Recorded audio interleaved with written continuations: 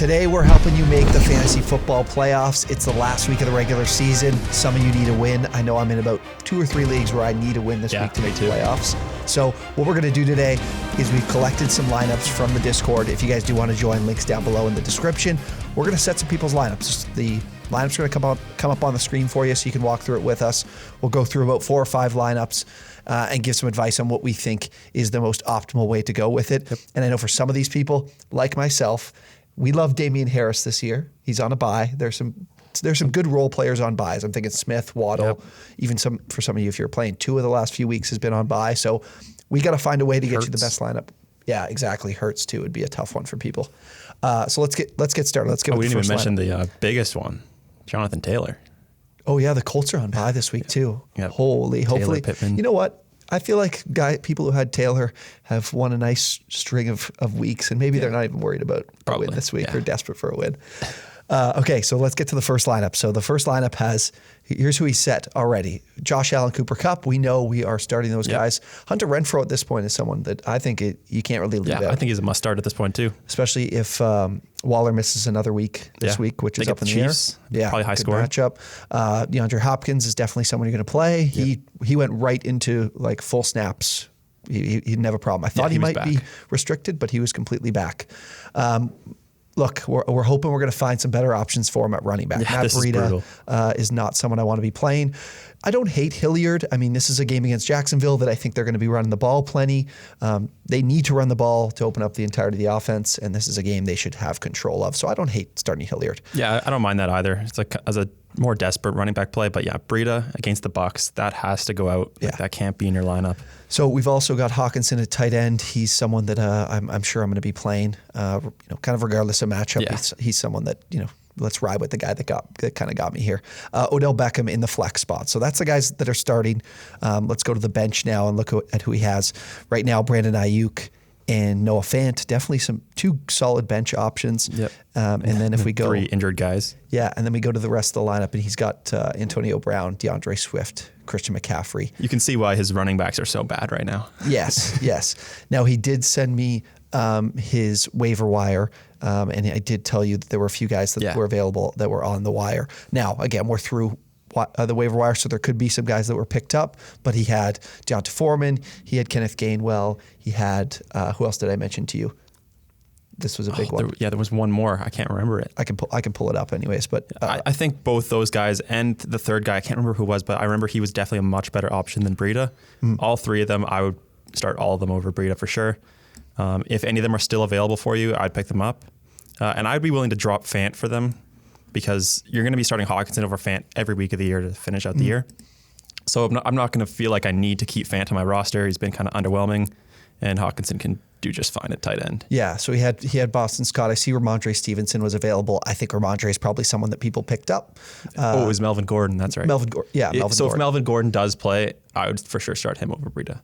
Yeah, Melvin Gordon's someone I would start over Breida. I would probably start Nyheim Hines over Breida. Yeah. Definitely Foreman. Even Tevin Coleman. He kind of took over the lead back. He was over Ty Johnson for sure. So I would start him over him as well, even though it is the Saints. Tough matchup, but he'll get involved in the receiving game. Yeah, so I think we're set there. We would say your lineup's good with what you have in at running back with Hilliard, but I would probably look to some of those options we mentioned over Breida. What do you think at the flex spot in terms of Ayuk and Beckham? That's a conversation for me. I'm a big Ayuk guy, you know that.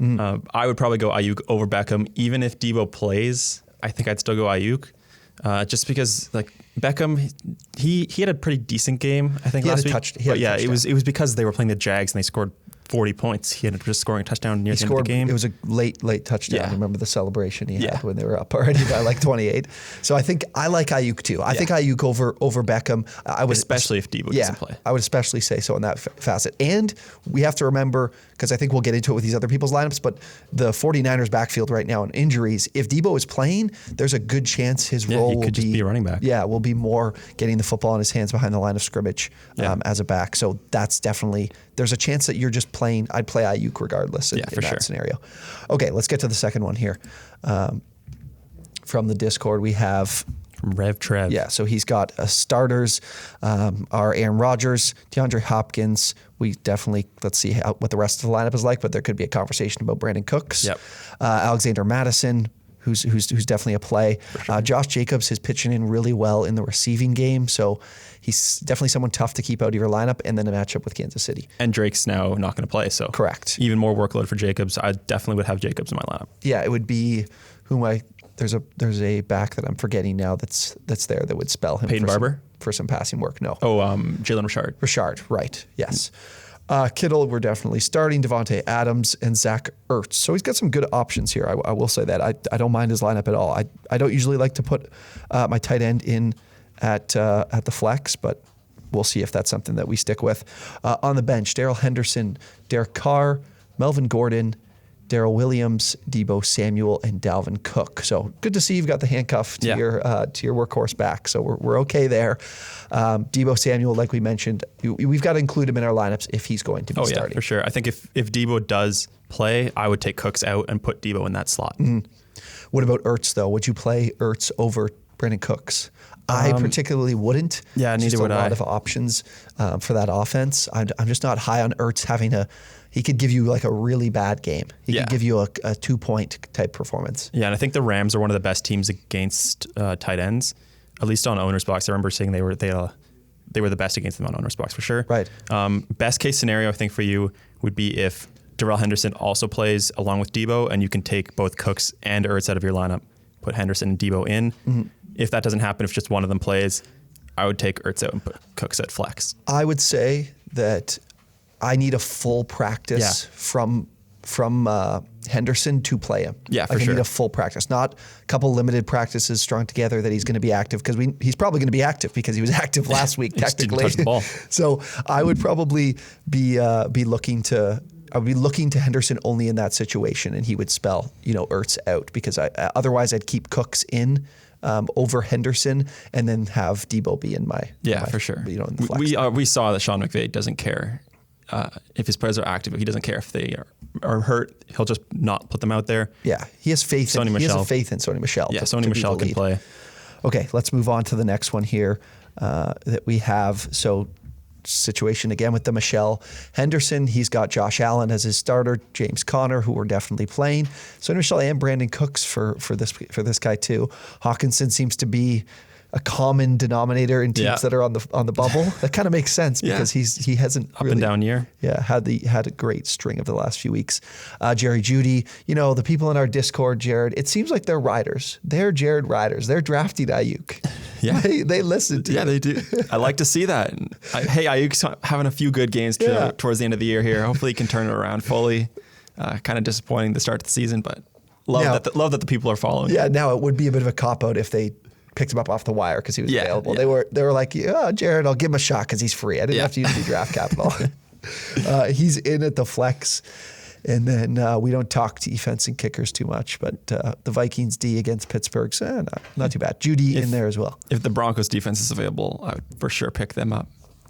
Yeah, they play the Lions at home. So. Yeah.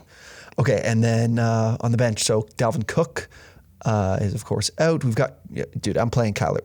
Oh my God, I'm playing Kyler Murray, right? Kyler Murray or Josh Allen? Yeah. But Josh Allen gets the Bucs. That's going to be a high-scoring game.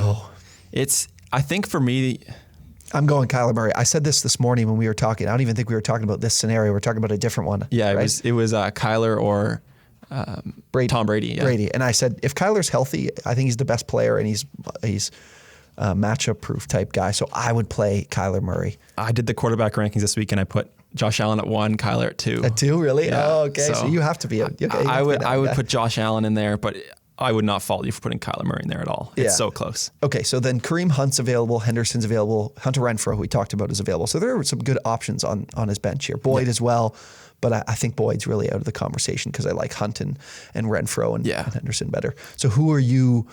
Like, he's going to play whatever back for the Rams is healthy there, right? Yeah. So because he's got Michel and Henderson, so depending on what we see from Henderson for practices the next few days, that will be the deciding factor between Michel and Henderson. Mm-hmm. Otherwise, I would personally take Judy out of the lineup for sure and put in Renfro.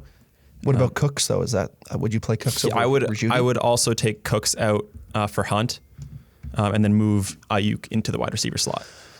Right, Hunt I got you. I would probably play. I'm going to be like I have Judy higher in my rankings than Ayuk this week. Really? It's not by much. Like I have it with Debo playing that he Ayuk's a little bit farther back. I just think Judy is the favorite target for Teddy Bridgewater, and this is a much better matchup for them compared to the last. Who did they have last week? I know they had the Chargers, and then they had who they sucked. The Broncos. I can't remember it. Anyways, I mean, I know it's been a couple down weeks for them offensively. Yeah. Oh, they played the Chiefs on Sunday Night Football. Oh, yeah, that's right. Chiefs have been playing really good defense. I just don't think I've seen like a single good game from Judy this year. Has he really? Not since before he was hurt. Yeah, like his 5 games since coming back, 5.9, 9.9, 8.1, 3.5, 9.7. What are the targets again? You mean the targets? 4, 8, 9, 3, 6. Yeah, I get what you're saying. If Debo is not playing, then I'm definitely Ayuk over him. I do think I'd probably go with Judy just because of the Lions matchup. They do give up a lot. Yeah, it is a pretty easy matchup for him. But I like what you're saying though about Cooks out, and then let's make sure we're playing Hunter Renfro this week. For sure. Hunter Renfro is definitely in there, and I put Hunt in there too because against the Ravens have been pretty good up front defensively against the run. I think they're the best rushing DVOA defense. Mm-hmm. So really good stuff rate. Or not stuff rate. They're really good stuff rate, but they're terrible. Like if backs get through the first 5 yards or 3 or 4 yards from scrimmage, their breakaway run rate that they allow is pretty high. Like they give up a lot of chunk plays. Yeah, so that's great for both Hunt and Chubb. They both can break off any given run, but I also think they're going to use Hunt in space a lot more because the Ravens are very good like up front. Yeah. So I could easily see Hunt being back to his pre-injury form. Yeah. I like that as well. I want to play Hunt too. The two of them have been like the most efficient backs in the NFL this season, especially when they're together. Along with Dearness Johnson. Yes. Yeah. Maybe there's a common theme here. Yeah. Just it's purely just Browns running backs. Yeah. Okay. Let's go to the fourth of the 4 or 5. We got 2 more teams left here. Patrick Mahomes, Najee Harris, David Montgomery. I think we're good with all 3 of those there.